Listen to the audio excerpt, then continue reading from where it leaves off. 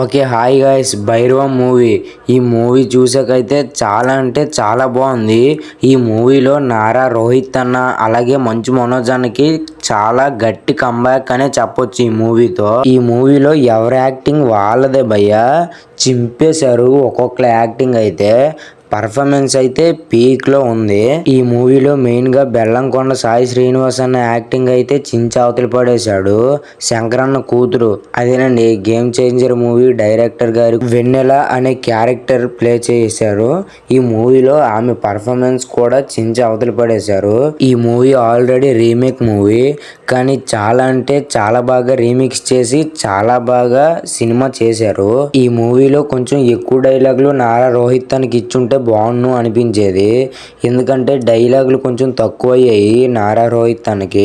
ఇంకా మంచు మనోజ్ అన్న అంటారా, యాక్టింగ్ చించి అవతలి పడేశాడు. అప్పుడు ఎప్పుడో మూవీస్ తీసి 9 years గ్యాప్ ఇచ్చారు. ఆ 9 years గ్యాప్ మొత్తం ఈ మూవీలో చూపెట్టాడు. అన్నకి చాలా అంటే చాలా మంచి ఫలితమే దక్కింది ఈ మూవీ వల్ల.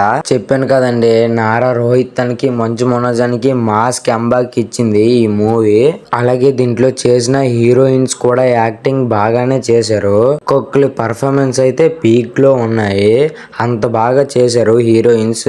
ఓకే ఫ్రెండ్స్, ఇక ఈ మూవీ స్టోరీ విషయానికి వస్తే స్టోరీ చాలా అంటే చాలా బాగుంది. రొటీన్ స్టోరీలా లేదు. ఫస్ట్ హాఫ్ అయితే చాలా అంటే చాలా బాగుంటుంది ఈ మూవీలో. సెకండ్ హాఫ్ నుంచి ఏదో కొంచెం ల్యాగ్ సీన్స్ ఉంటాయి, కానీ సెకండ్ హాఫ్ కూడా చాలా బాగుంటుంది. సెకండ్ హాఫ్ ని కొంచెం బాగా డిజైన్ చేసి ఉంటే బాగుండు. నేనేం కొత్తగా రాయమనట్లేదు, కానీ ఆ కొత్తగా వచ్చిన ట్విస్ట్లు కానీ ఆ క్లైమాక్స్ లో సీన్స్ గానీ ఇంకొంచెం డిజైన్ చేసి ఉంటే సినిమా కొంచెం బ్లాక్ బస్టర్ టాక్ పడేది. ఇక లాస్ట్ లో క్లైమాక్స్ లో సాయి శ్రీనివాస్ అన్న యాక్టింగ్ చూస్తారు. క్లైమాక్స్ సీన్ ఒక రేంజ్ లో ఉంటుంది. సినిమా మధ్యలో అనిపిస్తుంది మనకి సాయి అన్న హీరోవా లేదా మంచు మనోజ్ అన్న హీరో అనేది, కానీ లాస్ట్ క్లైమాక్స్ లో తెలుస్తుంది ఎవరు హీరో అనేది. మనం ఎక్స్పెక్ట్ చేయని విధంగా సాయి శ్రీనివాస్ అన్న అలా మారిపోతాడు. మీరు తప్పకుండా ఫ్యామిలీని తీసుకుని వెళ్ళండి ఫ్రెండ్స్. సినిమా చాలా అంటే చాలా మీ అందరికి బాగా నచ్చుతుంది.